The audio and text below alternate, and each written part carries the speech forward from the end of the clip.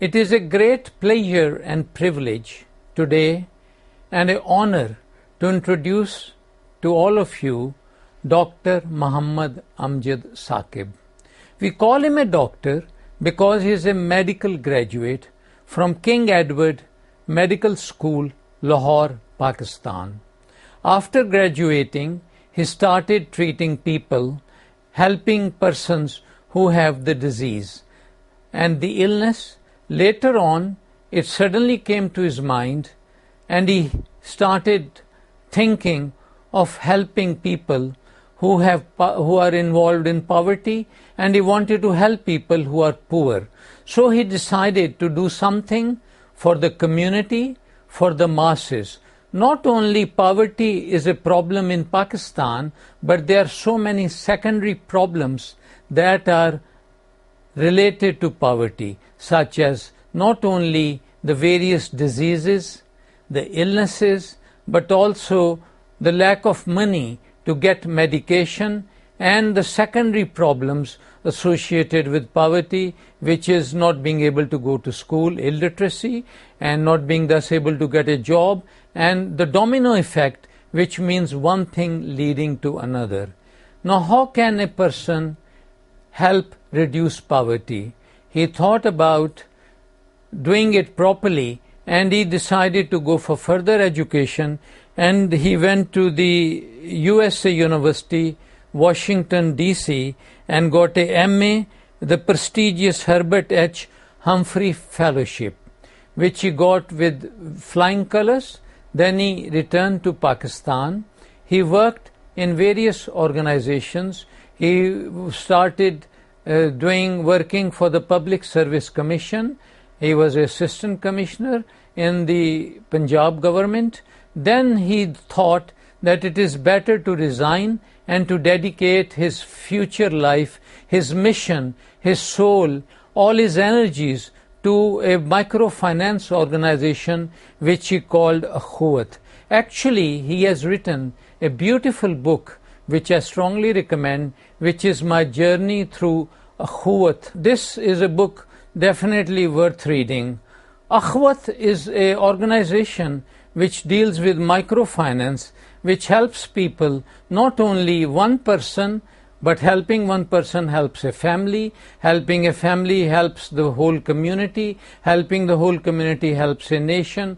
So he's flying his colors very nicely, bringing people under his banner, under his flag, propagating the concept of microfinance, taking it forward so that other people get involved in his projects, get involved in his ideas. They follow his example of showing the light, not only to help poverty, not only to reduce it, but also to help the secondary problems associated with poverty. So we wish him all the good luck and hand over to Dr. Amjad Saqib for his interview so that he can tell you all about it.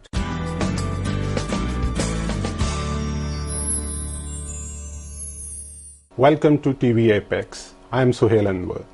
The word poverty inherently refers to a lack, which can be of income and material resources, but also a lack of other life essentials like education, healthcare, and the quality of life and well-being.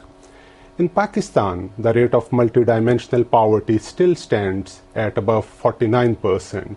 That is going by an Oxford University study commissioned by UNDP. While such staggering figures require immediate policy action, Pakistan unfortunately is still far from being a welfare state. As a consequence, the responsibility of welfare has to be equally shared by the private and voluntary sectors. And remarkably, in a world driven by cutthroat competition, there emerge people who selflessly devote themselves to such challenges. Today, we have with us someone who is recognized as the humane face of welfare in Pakistan, Dr. Amjad Saqib, the Executive Director of country's first interest-free microfinance provider, Akhuwat. Dr. Sahib, welcome to the studio. Thanks for taking the time out to speak with us. If we may briefly go through the history of Akhuwat, how it all started, and how this organization grew so exponentially during the last 1 decade. Yeah, first of all, thank you very much, Suhail sir, for inviting me and giving this opportunity to talk about Akhuwat. In fact, Akhuwat history goes 12 years earlier. I was working in a rural support program in Pakistan. We were also dispersing these loans, but these loans were at that time on interest basis. So in that time, a lady came to me. You know, the story begins with that brave lady. She came to me and said that she would like to borrow some money to sustain her family, to start a business. But at the same time, she put a very strong condition that she said that she won't like to get money on interest basis. She said that she would like to give a good life to her family, but she would not come into any conflictual situation because the interest is contradictory to her belief. Yeah. So that was extremely, interesting for me, and I gave her 10,000 rupees raised from a few friends. She purchased 2 sewing machines and started working hard. And during next 6 months, she not only nurtured her family with the income of these machines, but she also married one of her daughters. And at the end of the 6 months, dot on time, she came back to me in my office, and then she returned that 10,000 rupees and said that she doesn't need this money anymore. So that was a very, very, very defining moment. I usually call it that a lady, she was a widow, she had nothing to start for a good life, but at the same time she was too keen to support her family. She didn't want her children to go astray or become victims of any criminal activity, but at the same time she had firm faith in her ideology, and she wanted to get a money which doesn't contradict his basic philosophy of life. So that was the beginning. Then we thought that if life of one family can be changed with this 10,000 rupees, why not to enhance this? Then we God was very kind, and we created a pool of money, and that pool of money was donated by well-intentioned people, the people who want to share their riches with the poor people. So that pool of money started growing, and we utilized that as a revolving fund and gave small loans to these poor people, the people who had dignity, the people who didn't want to beg, the people who want to realize their own potential and come out of poverty. So this is the beginning, and that first loan has now reached an amount of 6 billion rupees, and one lady, the story started with one lady, and at this point of time, alhamdulillah, we have been able to serve more than 350,000 families. That comes to around 2.5 million people. So this is the brief story, but this is a long story as well, because there are many ups and downs, there are many problems, issues, challenges, there are many moments, frustration, but at the same time inspiration, and this is at this point that it is now the world's largest interest-free microfinance program, and the way it is moving ahead, mashallah, we are seeing a very, very bright future for this program. Well, that's incredible. So, Dr. Sahib, it's been like, for you personally, a journey which required a lot of commitment also. So currently, as you have mentioned, you are one of the world, probably the largest or one of the largest interest-free microcredit finances. What are the current methods or mechanisms which Akhuwat is using to enhance its welfare services? Akhuwat, as you mentioned, it entails a lot of hard work. It is the story of passion, it is the story of commitment. The basic instrument which we utilize is Qarz-e-Hasan. That is the interest-free loan, or you may call it a benevolent loan, the loan which is given without any, financial incentive. Right. So the conventional microfinance people, they give loan and charge interest, that is the cost of capital, and they charge service delivery, all the administrative costs is shifted to the shoulders of the borrower. But the instrument and the methodology we utilize is the Qarz-e-Hasan, and Qarz-e-Hasan is a very preferred practice in Islam specifically, but in all religions. This is, Suhail Saab, between you and me. If I need some money, I ask you, and if you need some money, you ask from me, and we come up and fulfill mutual needs. But at the same time, we don't charge interest. That's right. We are friends. So we have not invented anything new. We have just built on the existing individual practice of this mutual interaction. Exactly. That is the Qarz-e-Hasan, which is the natural form of social support and the social networks, the way they were to start with, in the most natural form of it.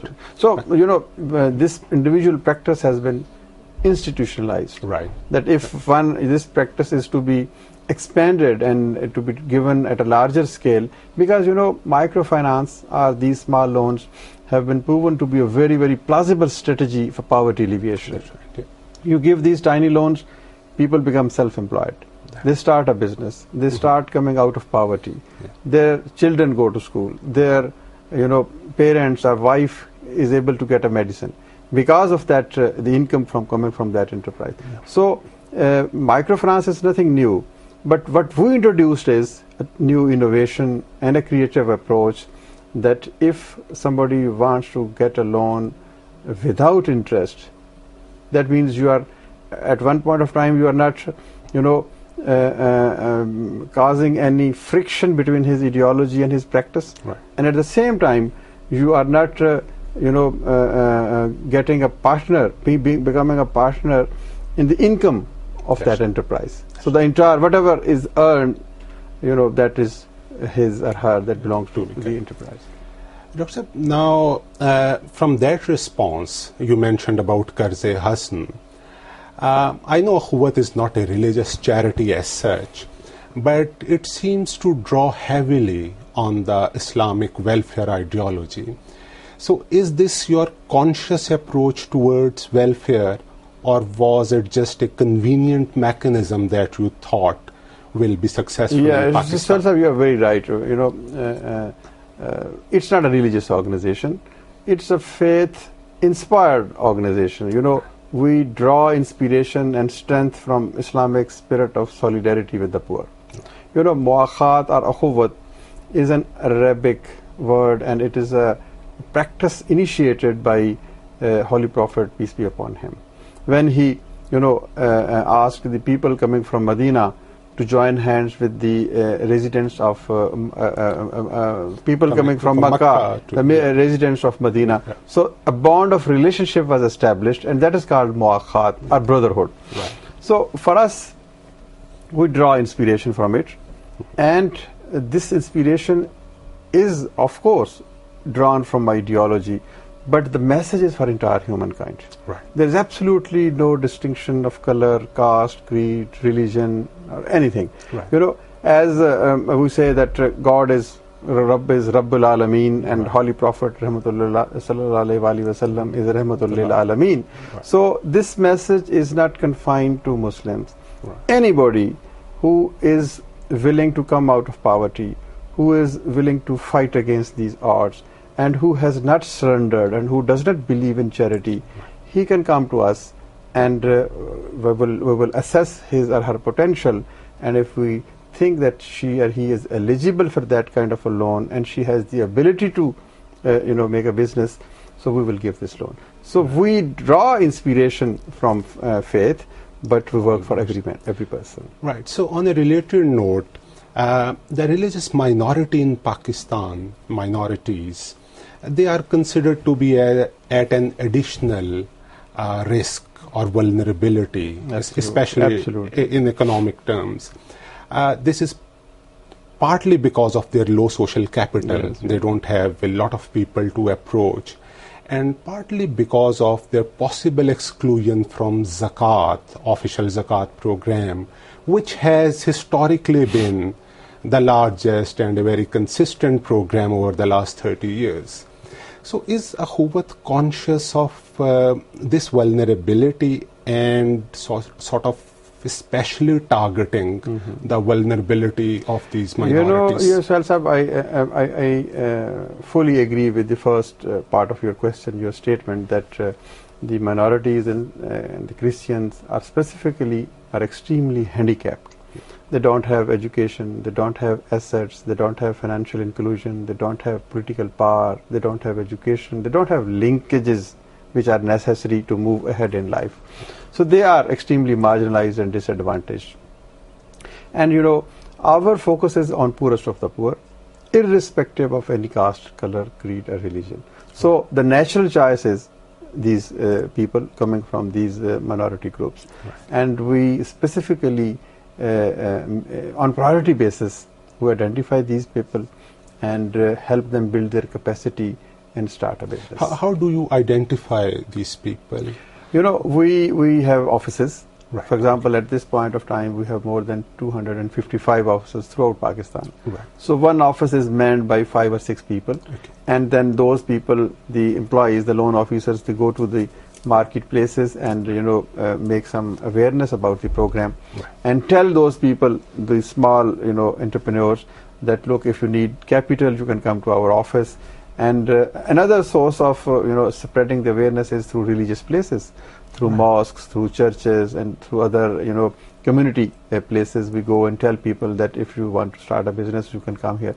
And third source is that is the from one existing borrower, word of mouth.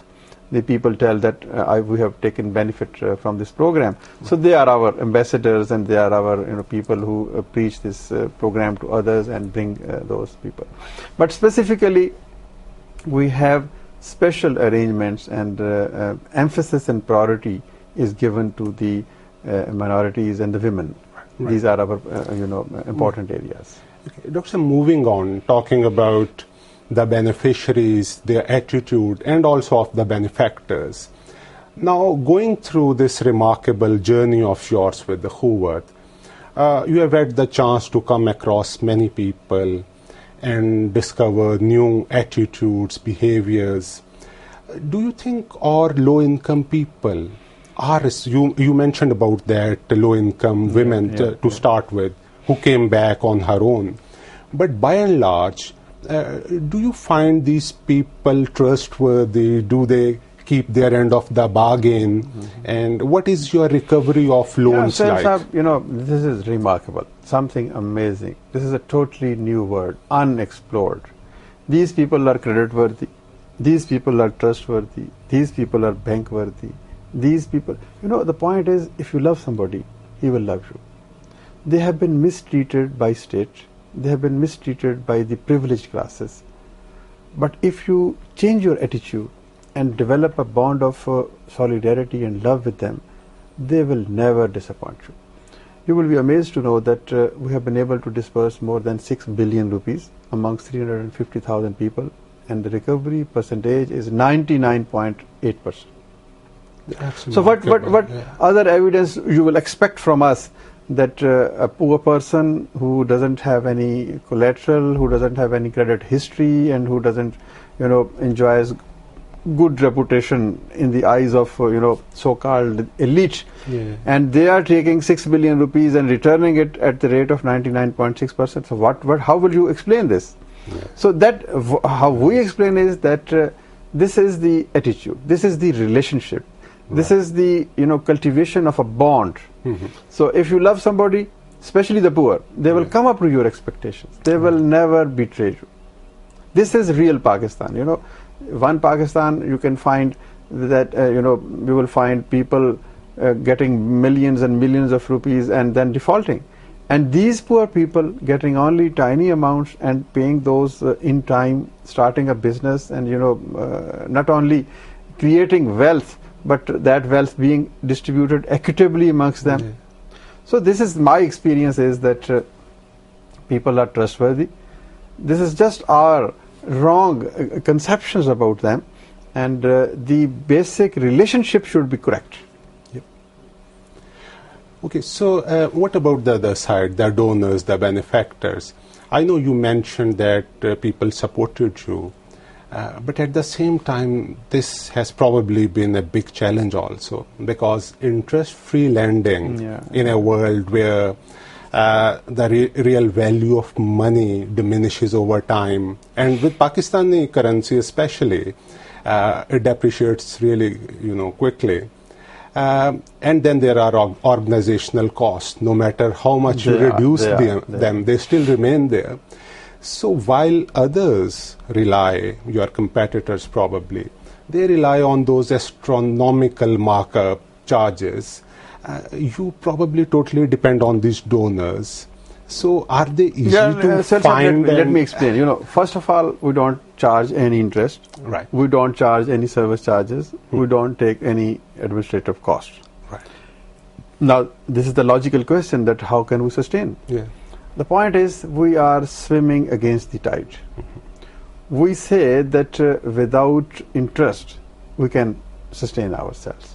And this is not what I say. This is what Allah subhanahu says in His holy book. The entire program is based on two assumptions. Yeah. Assumption number one is that there are people who are willing to contribute for the welfare of society. There are people who are willing to donate. There are people who are willing to share their riches with the less advantaged. This is the assumption number one. Right. And second assumption is that there are people, once they take loans, they are willing to return. Right. They are credit worthy, they are trustworthy. So these two basic assumptions are the foundations for this program. Right. And with the passage of time, during last 12 years, these assumptions have attained the status of universal truth. Right. Because first assumption is people are willing to give. So how we have been able to raise 6 billion rupees? Starting from 10,000 rupees. Yeah. So this is people like you. Everybody has this desire to help others. Right. This is the positive side of humanity, and why should we shut our eyes from this?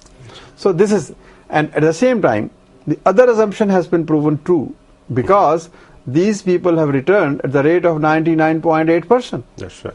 So as long as, my argument is that we are sustainable, as long as these two assumptions are true. Right. And one more thing I would like to tell you, that if an economic enterprise can thrive, why not an enterprise which is based on altruism and philanthropy? That's right. Why?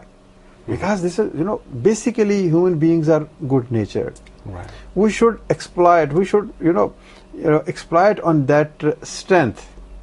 So this is what we have done. This is how we have collected money. This is how we have identified good people who are willing to do something, and this is how we have trained them, and this is how we have converted these 350,000 people into our donors. You will be amazed to know that these poor people not only have crossed the threshold of poverty, and from takers of the loans, now they have become our donors. So the whole concept is based on, basic goodness philosophy, and maybe these principles you may be seeing that they are totally against the economic wisdom or the financial wisdom, but this is also another side of life.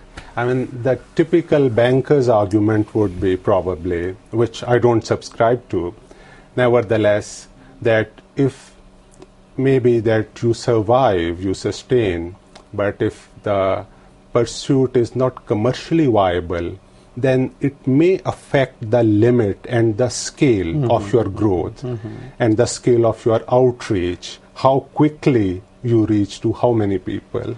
But this is the economic wisdom, but this is not the whole wisdom. Right. There are many other things in life, tawakkul and sacrifice, and going beyond the self-interest is extremely important. If you really want to build a nation, build a society, then only economic principles will not be sufficient.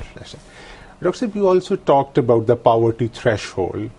So do you think in a country like Pakistan, which is still a developing country, there are structural impediments for the low-income people to come above the poverty threshold?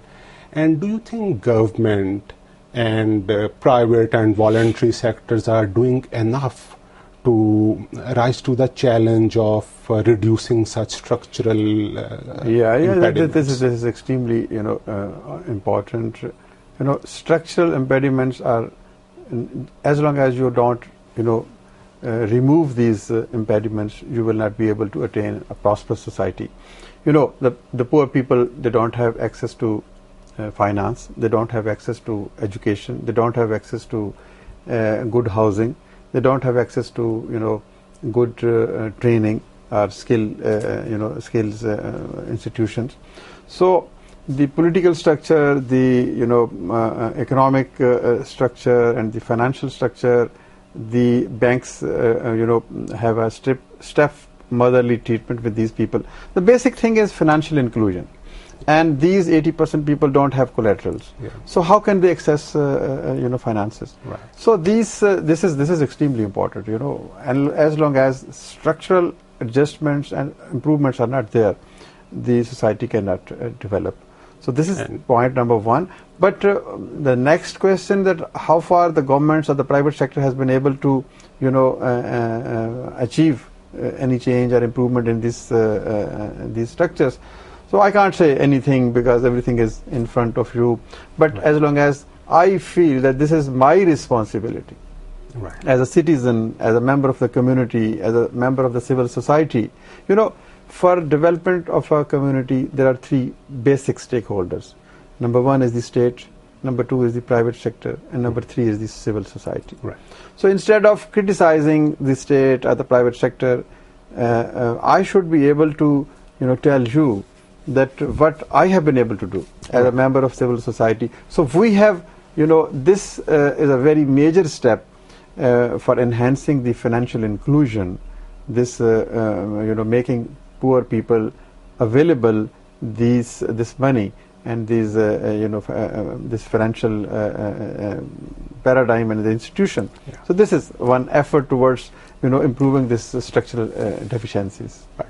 So talking about the inclusion that you mentioned, so an inclusive society is probably the upcoming global aspiration also, because I believe the new Millennium Development Agenda beyond 2015 is largely being projected as a life of dignity for all.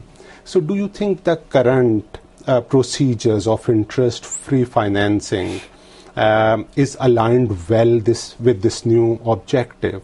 And the second part is, do you have enough international support for your work in Pakistan, or have you been able to inspire others to follow the same model locally or internationally? The first thing, you have talked about dignity. That is extremely important.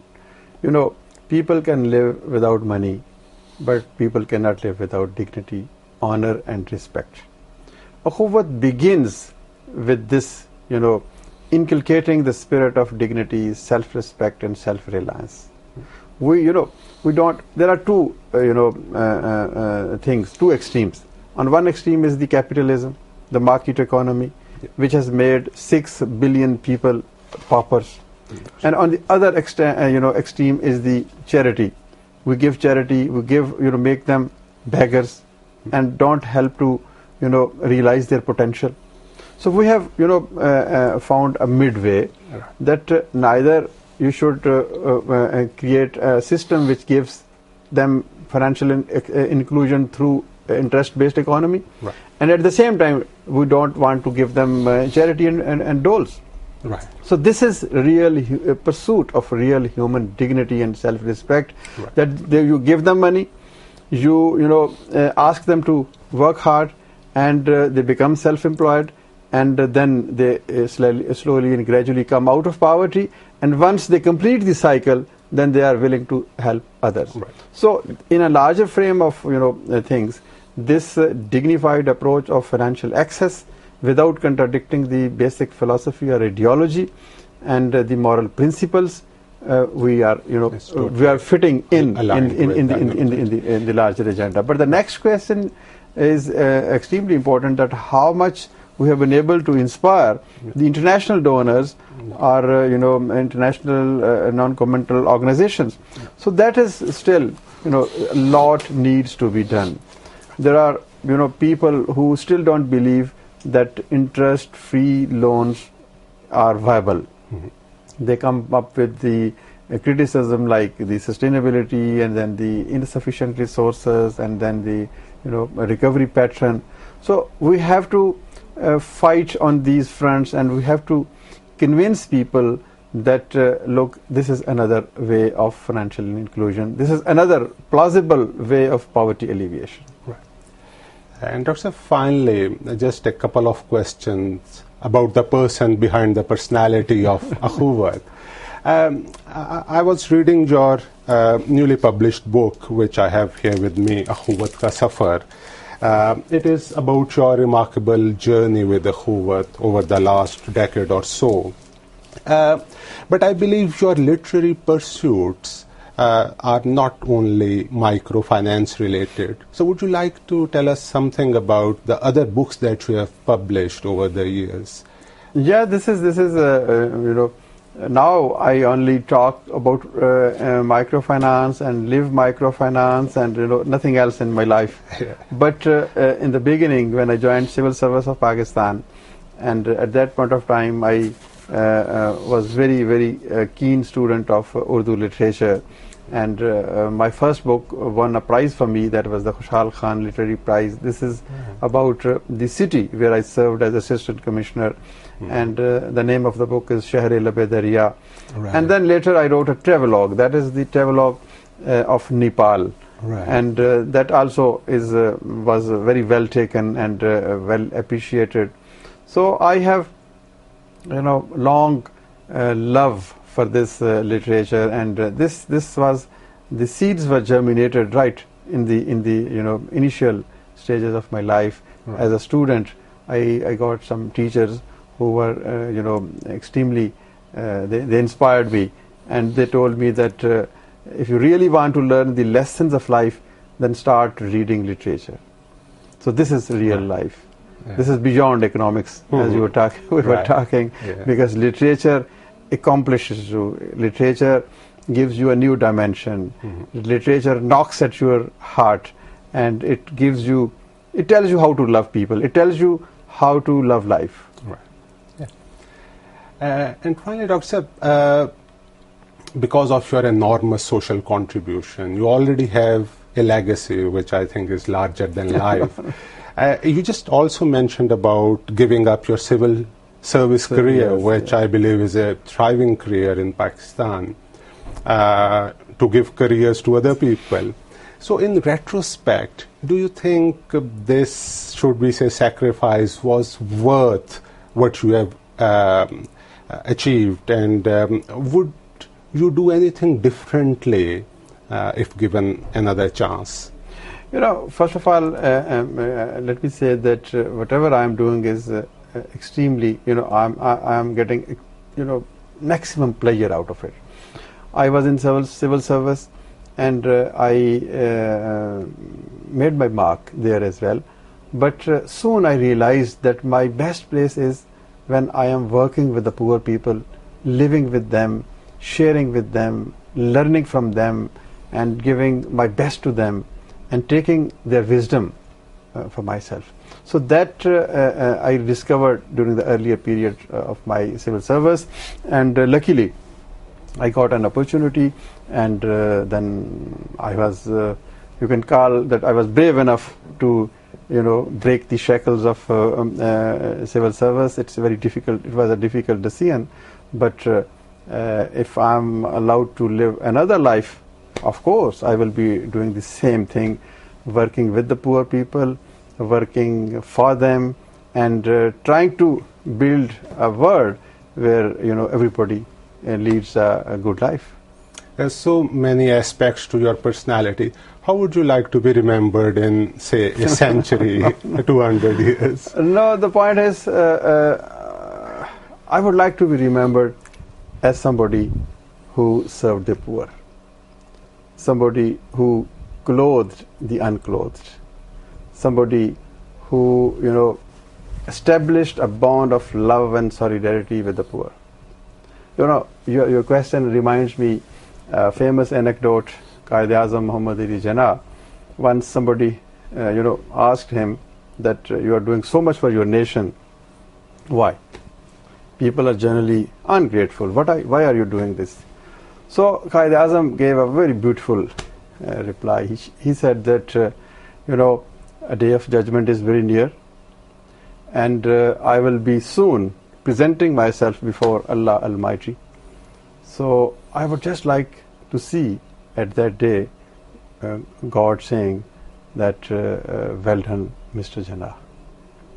So that is an extremely I would also like who won't like that at the day of judgment this same sentence or the same from the Allah Almighty, that well done, Mr. Jinnah. So this is all what we are doing to please Allah Almighty. Right, somebody who has served the poor, those people who were not empowered, try to empower them. Dr. Sahib, it's been an absolute pleasure having you here. Thank you very much indeed. Thank you very much, Sohail Sahib. I really loved it. Thank you.